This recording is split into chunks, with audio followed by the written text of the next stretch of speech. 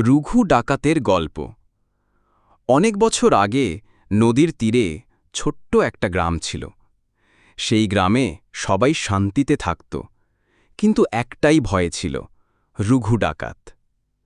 রঘু ছিল লম্বা চওড়া, মাথায় লাল পাগড়ি, কোমরে বড় তলোয়ার।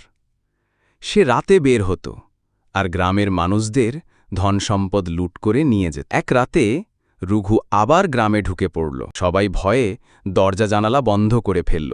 হঠাৎ এক ছোট্ট ছেলে সাহস করে বাইরে বেরিয়ে এলো।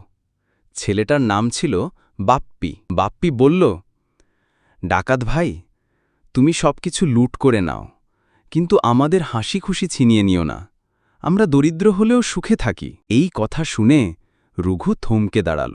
তার মনে পড়ল, সে ছোটবেলায় এমনই দরিদ্র ছিল, আর একসময় ক্ষুধার জ্বালায় ডাকাতি শুরু করেছিল। সেই রাতে রঘু আর কিছু নিল না, উল্টে গ্রামের মানুষদের কাছে ক্ষমা চাইল। পরদিন সে ডাকাতির পথ ছেড়ে কৃষিকাজ শুরু করল।